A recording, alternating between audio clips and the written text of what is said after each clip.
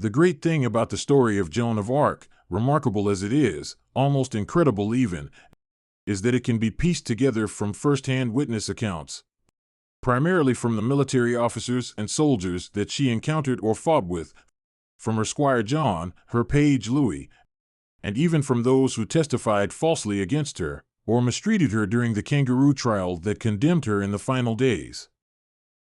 And then, there are the official transcripts and records of two public trials, the second, a retrial to nullify the first.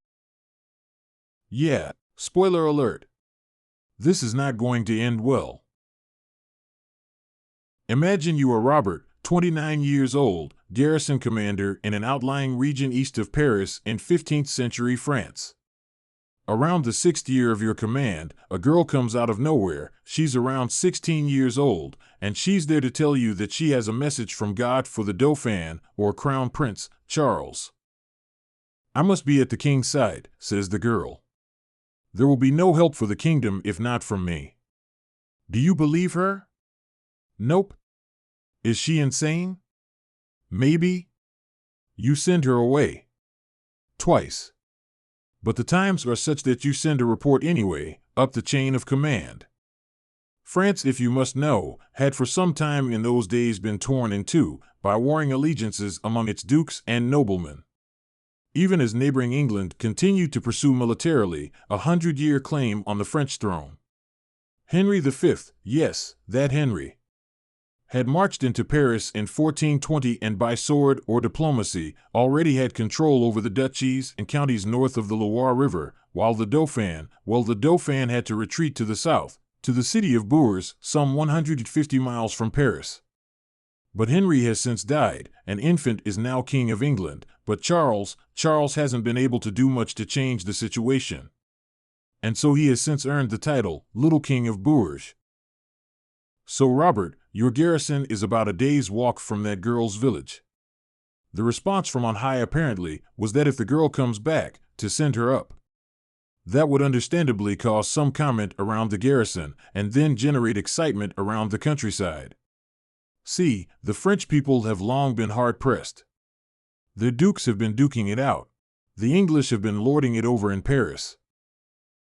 And, until only recently, they'd had to live through the apocalyptic horror of having 2, and then 3, Roman Catholic popes at the same time, each with his own college of cardinals and administrative offices. They even had a pope establish a papal seat down south, in Avignon, for almost 70 years. Yeah. It was a medieval hot mess back then. So it was about time. It was about time the old prophecy came true, that a virgin, a maiden brave and pure, clad in armor and riding a white horse, would rise from their midst and save France. During that winter, the girl came back to see Robert, again demanding to see the Dauphin. And she kind of knows how to be annoying too. Last time, she had accosted Robert at the village square, where for all to hear, she declared, although I would rather remain spinning wool at my mother's side. Yet must I go and do this thing, for my lord wills that I do so. In any case, the townspeople chip in to provide her with riding clothes and a horse, and Robert, well, you'll get a stained glass window in your honor sometime in the far future, but for now you're providing her with an escort. It was the Duke of Lorraine who agreed to see the girl, who would henceforth be known throughout history as Joan of Arc. These were the medieval ages after all, as well as desperate times for himself and for France. It was January 1429, things were happening, potentially coming to a head in the city of Orléans, a French stronghold. And the Duke was intrigued. Talk about God sending messages to beleaguered kings in waiting, he likely wasn't comfortable ignoring. Also, the Dauphin's brother-in-law, René, happened to be around, likely not by chance, more likely also wanting to check the girl out. The Duke did have health issues too and may have hoped this peasant girl could do something about it. For his trouble, he was admonished to give up his mistress, reconcile with his wife, and henceforth live a more pious life.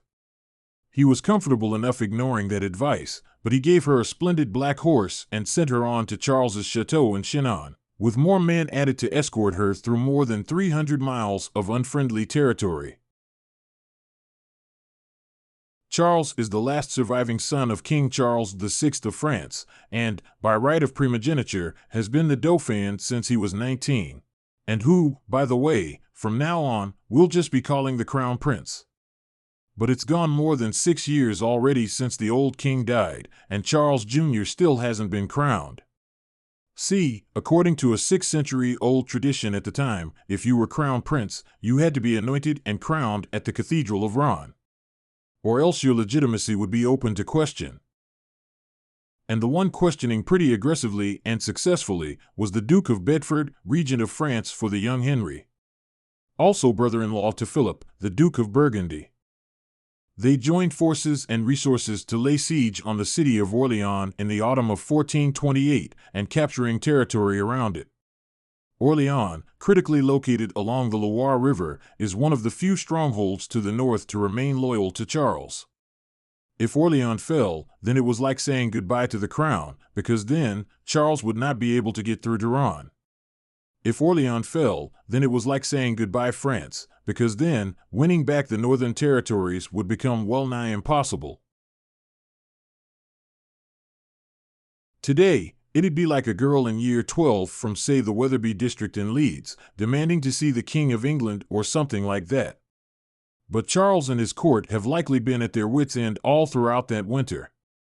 Orléans is being bravely defended by John of Dunois, better known as the Bastard of Orléans. But it has been 6 months since, and the enemy has thwarted attempts to reinforce and resupply the city, because, well, that's what a siege is. Meanwhile, the French had failed miserably in February to hijack an English resupply mission in what is now embarrassingly known as the Battle of the Herrings. But it was Yolande of Aragon, Charles's wealthy and powerful mother-in-law, who likely saw Joan as the much-needed catalyst to yank her son-in-law out of a downward spiral of caution, indecision, and, one might say, defeatism. He was 25 years old, and you might say today that, well, you couldn't blame him. Grew up with a father who wasn't called Mad Charles for nothing, and then when he was 19, betrayed by his mother who, though no longer regent, signed a treaty with the English to disinherit him from the throne. But Yolande, who styled herself as the Queen of 4 Kingdoms, had taken Charles under her wing since his betrothal and eventual marriage to her daughter Marie. Only Yolande would have had the acuity and foresight to send her son, René, to be around when the Duke of Lorraine spoke to the maiden, Joan.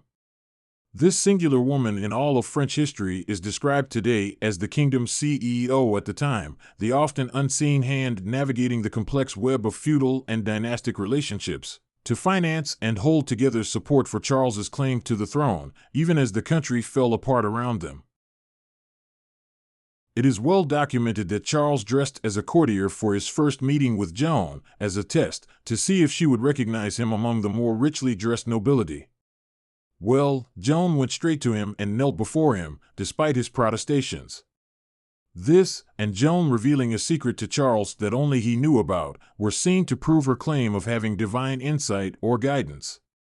It lent credence to her declaration that God had sent her to lift the siege on Orléans and subsequently lead the Prince to Rouen to be crowned King Charles VII of France.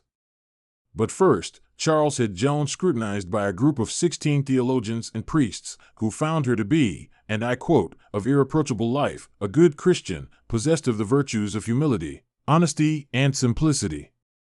Then, Joan was subjected to the indignity of a virginity test under Yolande's direction.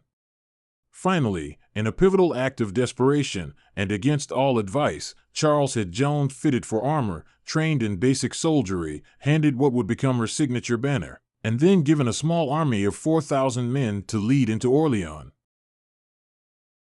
After all, what did Charles and his court, and even Yolande, who was financing the whole thing, have to lose? Right? It turned out, though, that out of a bunch of warring duchies and counties, they only had a country to gain and a unifying national identity besides. History records 4 seasoned military officers, who would later describe themselves as Joan's comrades in arms, in the fight against the English. They would initially treat her as a kind of mascot, no more than a figurehead, to inspire the besieged troops and the populace, give them hope and courage and all that stuff. But then Joan, who was fond of prefacing an alternative course of action with the phrase, "in God's name," declared that her orders came from a higher authority. Imagine 4 battle-hardened soldiers contending with a headstrong farm girl who was prone to hearing voices and who was lately sending letters to English siege commanders and demanding, "Begone, or I will make you go, for I am sent here in God's name, the King of Heaven, to drive you body for body out of all France." They all, body for body, likely didn't know what to make of it.